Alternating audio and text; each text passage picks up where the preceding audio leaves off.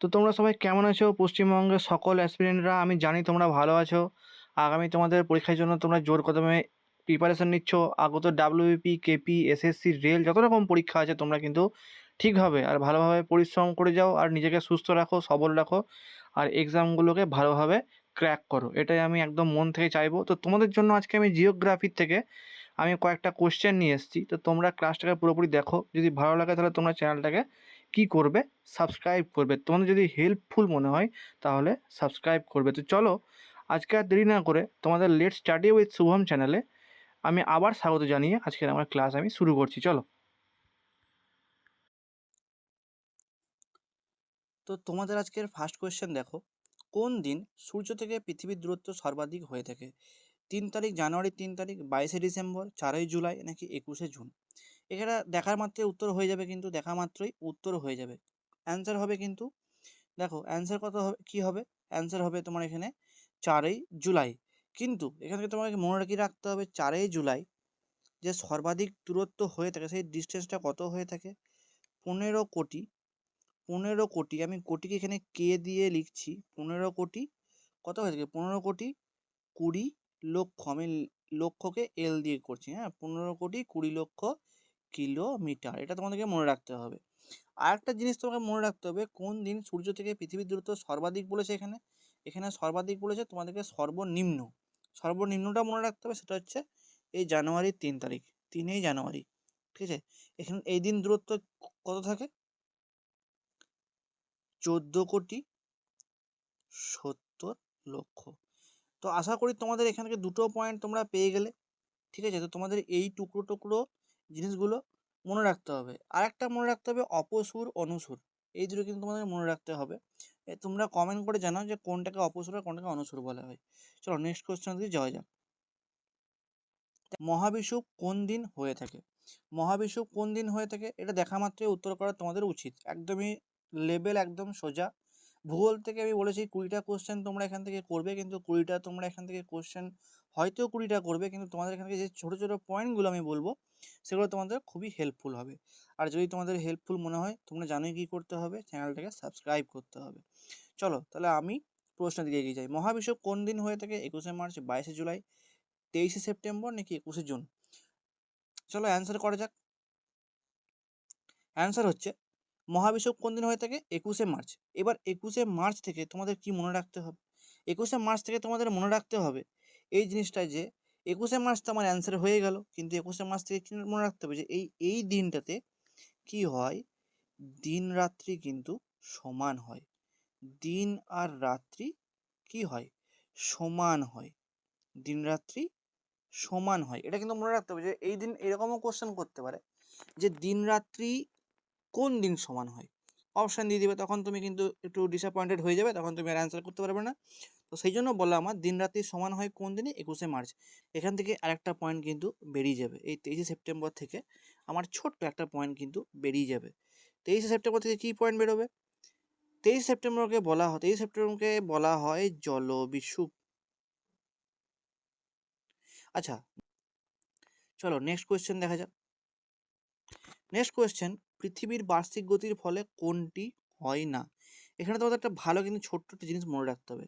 এখানে কি বলেছে দেখো, বলেছে হয় না। আমাদের যে স্টুডেন্টগুলো আছে, মানে যে যে অ্যাসপিরেন্টগুলো রয়েছে আমাদের পশ্চিমবঙ্গের, অনেকেই এই হয় দেখবে, নাটা দেখে না। কী করে বলো তো? অ্যান্সার কী করে দিয়ে করে চলে আসে বলো তো?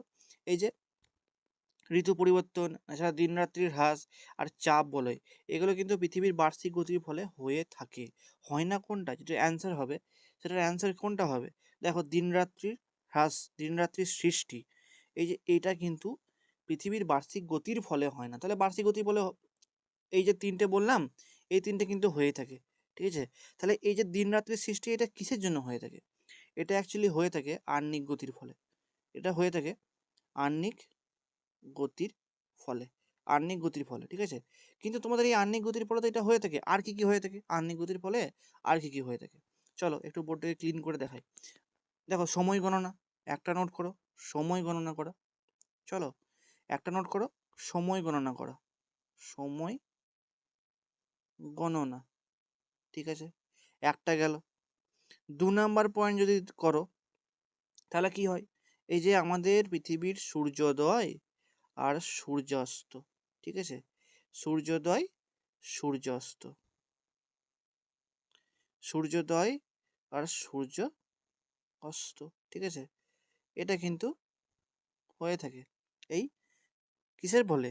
আহ্নিক গতির ফলে, যেটার জন্য দিন রাত্রি সৃষ্টি হয়, ঠিক আছে, এটা দিন রাত্রির সৃষ্টি হয় আহ্নিক গতির ফলে। হ্যাঁ, এই যে সময় গণনা করা হয় আহ্নিক গতির ফলে, সূর্যোদয় ও সূর্যাস্ত হয় আহ্নিক গতির ফলে। তোমাদের এই কটা জিনিস মনে রাখলেই হবে। চলো নেক্সট কোয়েশ্চেন করা যাক। তোমাদের নেক্সট কোয়েশ্চেন হচ্ছে, বিহারের দুঃখ বলা হয় দামোদর, গঙ্গা, সোন নাকি কোশি? ঠিক আছে, অ্যান্সার কি হবে? অ্যান্সার হবে কোশি। অ্যান্সার কি হবে? কোশি।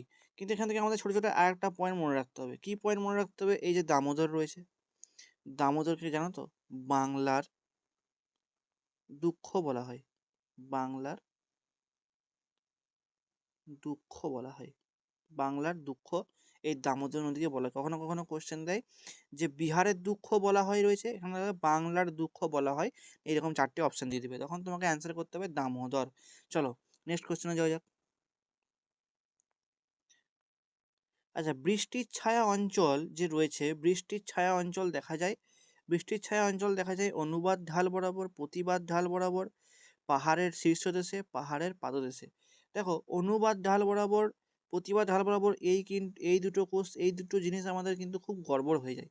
তো তোমরা যদি ডিটেলসে জিওগ্রাফির ক্লাস পেতে চাও টপিক ওয়াইজ, তাহলে নিচে তোমরা কমেন্ট করে জানাও যে তোমাদের একদমই কনসেপ্ট ক্লিয়ার করা হবে, প্রত্যেকটা ধরে ধরে একদম ক্লিয়ার করা হবে। তো তোমরা যদি ক্লাস চাও নিচে কিন্তু কমেন্ট করো। চলো কোশ্চেনে আসি, অ্যান্সার কি হবে? অ্যান্সারে চলে আসি, অ্যান্সার হবে অনুবাদ ঢাল বরাবর। সিন্ধু নদের উৎপত্তি স্থল, এখানে সিন্ধু নদের উৎপত্তি স্থল কি হবে তোমরা বলো? চলো অ্যান্সার দেখো, অ্যান্সার হচ্ছে সিন্ধু নদের উৎপত্তি স্থল হচ্ছে মানস সরোবর। এই যে অ্যান্সার মানস সরোবর, সিন্ধু নদের উৎপত্তি স্থল হচ্ছে মানস সরোবর। নেক্সট কোয়েশ্চেন চলো, নেক্সট কোয়েশ্চেন রয়েছে, বায়ুমণ্ডলীয় জলীয় বাষ্পের ঘনীভবন নির্ভর করে, যে বায়ুমণ্ডলীয় জলীয় বাষ্পের যে ঘনীভবন সেটা নির্ভর করে কিসের উপরে? উচ্চতা, আর্দ্রতা, সম্পৃক্ততা নাকি তাপমাত্রা? এটার অ্যান্সার কি হবে? চটপট করে ফেলো। চলো অ্যান্সার হবে তোমাদের তাপমাত্রা, ঠিক আছে, তাপমাত্রার ফলে কিন্তু বায়ুমণ্ডলীয় জলীয় বাষ্পের ঘনীভবন নির্ভর করে। নেক্সট কোয়েশ্চেন, পশ্চিমবঙ্গে চিত্তরঞ্জন কোন শিল্পের জন্য বিখ্যাত?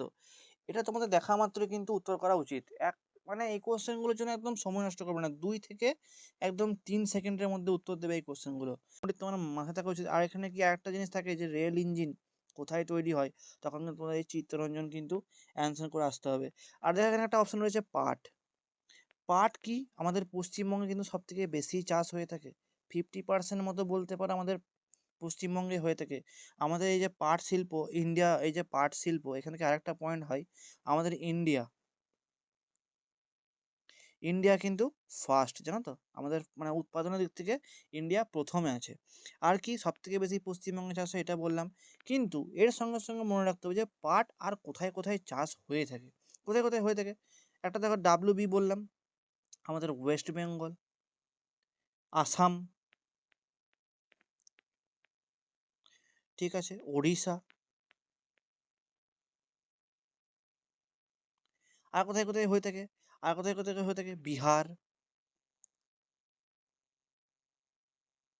চলো আমার এই মুহূর্তে এই কটা পয়েন্ট, আমার এই কটাই মনে পড়লো। আর দেখো নেক্সট কোয়েশ্চেন কি রয়েছে, ভারতে যে রাজ্যে শিশু মৃত্যুর হার সবচেয়ে বেশি, ভারতে যে রাজ্যে শিশু মৃত্যুর হার সবচেয়ে বেশি, উড়িষ্যা, বিহার, মধ্যপ্রদেশ, অরুণাচল প্রদেশ?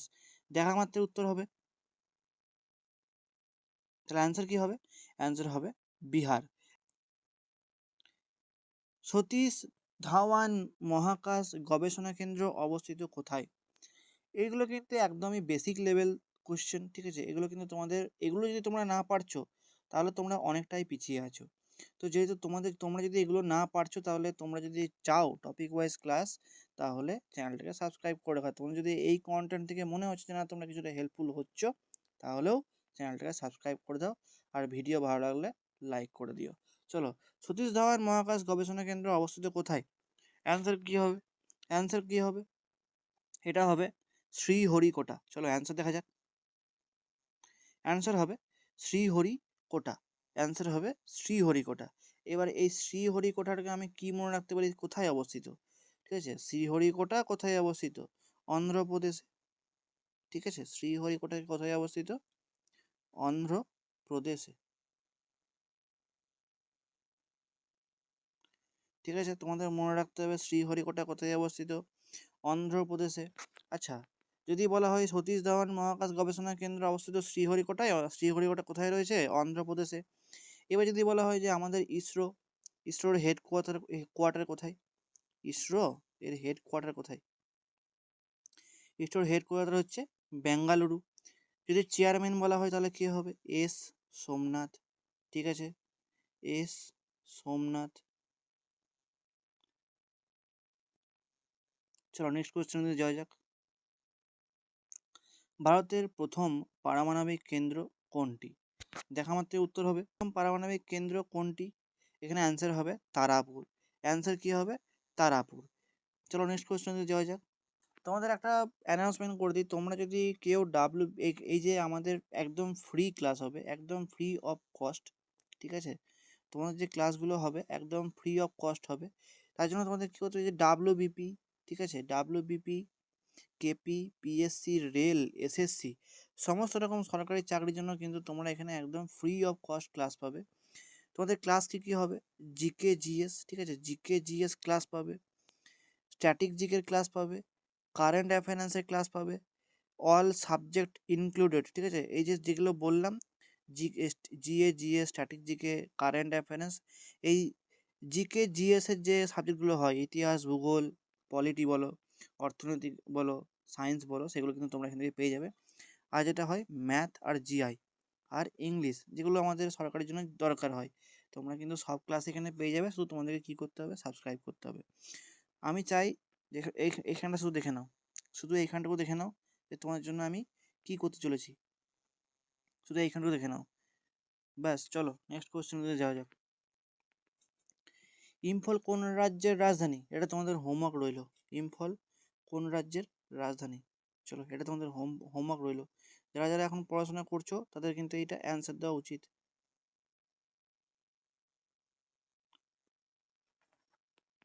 হীরাকুদ বাঁধ কোন নদীর উপর নির্মিত হয়েছে? এটা কিন্তু মনে রাখতে হবে তোমাদের, যে উত্তরটা হবে হীরাকুদ বাঁধ কোন নদীর উপর নির্মিত হয়েছে? হীরাকুদ বাঁধ নির্মিত হয়েছে মহানদীর উপরে। ঠিক আছে, এখান থেকে ছোটো ছোটো পয়েন্ট আমরা মনে রাখতে পারি, যেমন কৃষ্ণা, এটা কি কৃষ্ণা থেকে কি হবে? শ্রীশৈলেম বাঁধ, শুনেছো তো? শ্রীশৈলেম বাঁধ, শ্রীশৈলেম বাঁধ। ঠিক আছে, এই যে কৃষ্ণা নদীর উপরে এই যে বাঁধটা বললাম, এই বাঁধটা কিন্তু কৃষ্ণা নদীর উপরে আছে। আচ্ছা, আর একটা কি হতে পারে? আর একটা কি আছে? নাগার্জুন বাঁধ।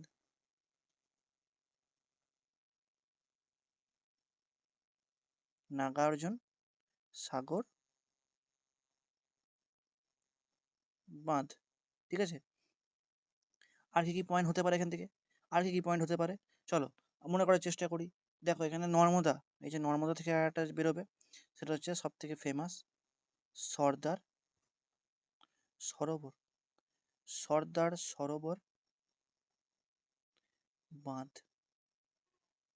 লেখাগুলো খারাপ হচ্ছে কারণ আমার কাছে না কোনো রকম কোনো ডিজিটাল পেন নেই, আমি না হাতে করে করছি। তো যাই হোক, পরে কখনো সেসবের ব্যবস্থা হবে। যাই হোক, হ্যান্ড রাইটিং ডাজেন্ট ম্যাটার, শুধু ক্লাসটা ম্যাটার করে। তোমরা কতটুকু শিখছো সেগুলো ম্যাটার করে। এখান থেকে তোমরা কতটুকু নিয়ে যেতে পারছো, তোমরা যদি নোট করো আমার শুনে শুনে, তাহলে হয়তো এই লেখাটার প্রয়োজন পড়ে না, তোমরা শুনে শুনেই।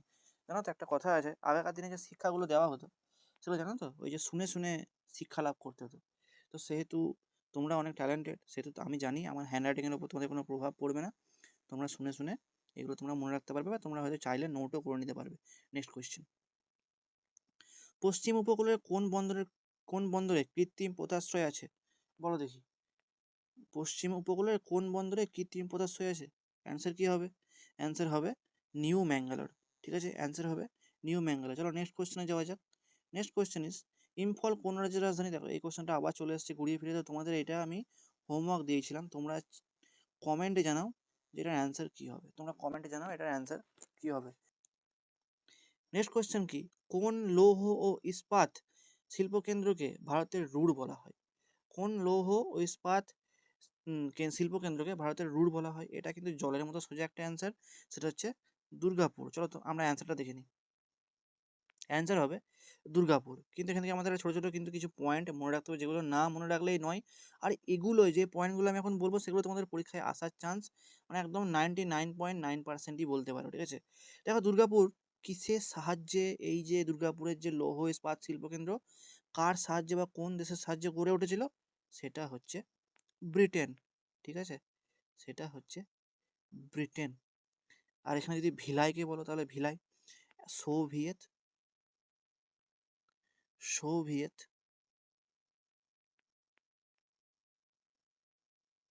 আর একটা রাশিয়া,